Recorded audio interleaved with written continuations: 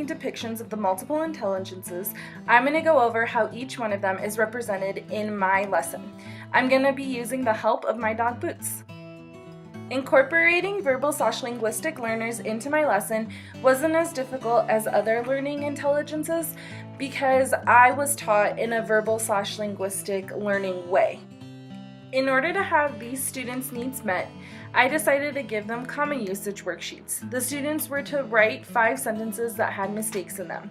From there, they'd exchange that with their partners, and their partners would go ahead and correct them. But wait a second, is that the only intelligence's needs who are met during that type of exercise? I'm so glad that you asked that question, Boots. In fact, when I was designing this grammar worksheet, I had more mathematical/logical learners' needs in mind. A lot of people, when they think of mathematical learners, they think of people who are good at math. This is true, but what makes them good at math is their ability to go ahead and look at data sets and analyze data sets.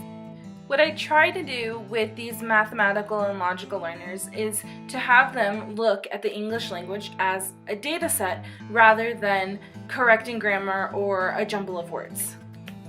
By having logical/mathematic learners look at the English language and grammar as data sets and analyzing data sets rather than a jumble of words that need to be corrected, they're able to use their strengths in order to complete the tasks that I've asked them. And from there, they can go ahead and learn common usage and subject-verb agreement. One of the biggest multiple intelligences that I had trouble incorporating into my lesson were the naturalist learners. English doesn't deal with science and classification like a biology class does. In order to incorporate a naturalist learner into my lesson and unit plan, I really had to think out of the box. I had to consider how a naturalist thinks, and I kind of had to do some more research on what exactly a naturalist learner is. From that research, I found out that a lot of times students who are naturalists are able to have their needs met by simply being able to relate a theme or a book to their natural or real life. As you can see here, my co-host got a little tired and decided to take a nap on me. From now on, I'll be handling things by myself. I am now working alone on this project. Many students prefer to work alone in projects rather than in groups. It allows them the chance to work on their self-sufficiency in order to be able to complete their tasks. These type of learners are known as intrapersonal learners, not inter, but intra, meaning that they would rather work alone and work by themselves in order to finish and complete a problem or a project. The opposite of the intrapersonal learners is the interpersonal learners, which I kind of mentioned before. Interpersonal learners like to work together in groups in order to complete the project or the assignment that was asked of them.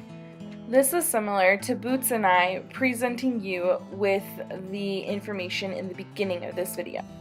In order to have my musical learners incorporated into my lesson, I decided to go ahead and have musical YouTube videos for common usage and subject-verb agreement.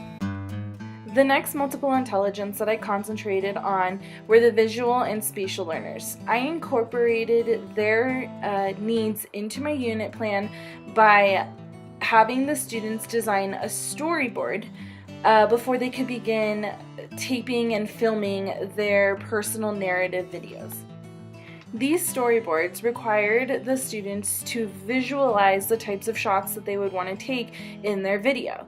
This type of visualization is a strength for visual and spatial learners. They are able to see things and how they would look best and how they can move around in order to present a coherent and whole video.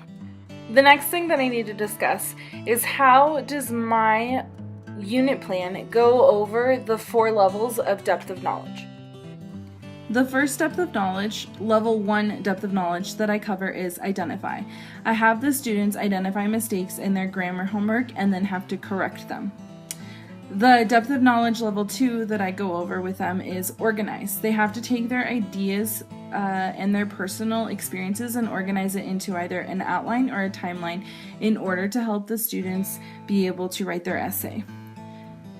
The next level, level 3 depth of knowledge that I go over is revise or revision. Students peer edit and provide feedback to each other in order to revise their rough drafts of their essays in order to complete the final draft. The fourth level of the depth of knowledge that I cover is connect. I ask the students in their essays to connect a theme from Great Expectations to at least 4 personal experiences that they've had. And in that, they have to use 2 textual evidences or 2 quotes. For this unit, I decided that doing an essay at the end of the unit of Great Expectations wasn't enough. I wanted to be able to make the essay component a unit of its own and incorporate a different medium for students to express themselves.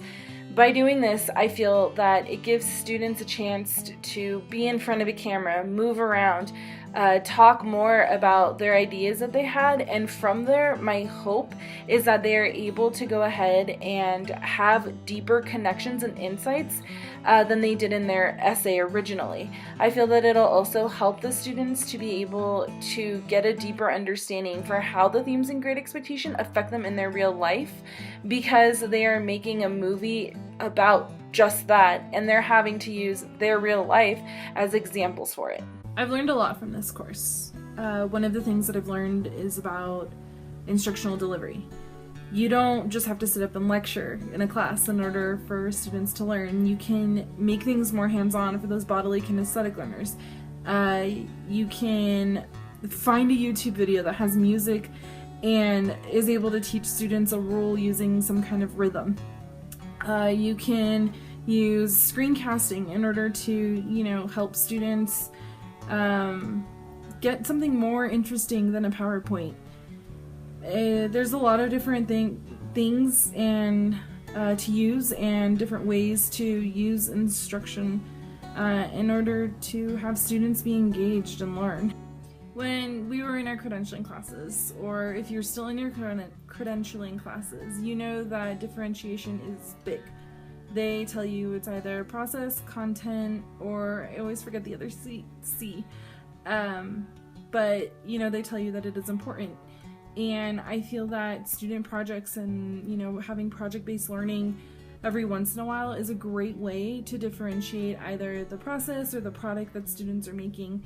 It's also a great way that you can also differentiate content if need be. I think that was the other C. It's a great way to incorporate all of the multiple intelligences into a project and make sure that those multiple intelligences have the technology they need in order to be successful and learn something new and have that go towards their strength rather than just having everybody use a Google Doc or Google Slides. There's different ways that you can help musical learners, naturalist learners go ahead and learn in a different way than they normally would, and it helps their needs to be met, and it allows them to use their strengths in order to create a good product, a product that they're proud of. I'm excited to be able to have taken this course and better understand technology, multiple intelligence, and depth of knowledge, and how to make all 3 fit.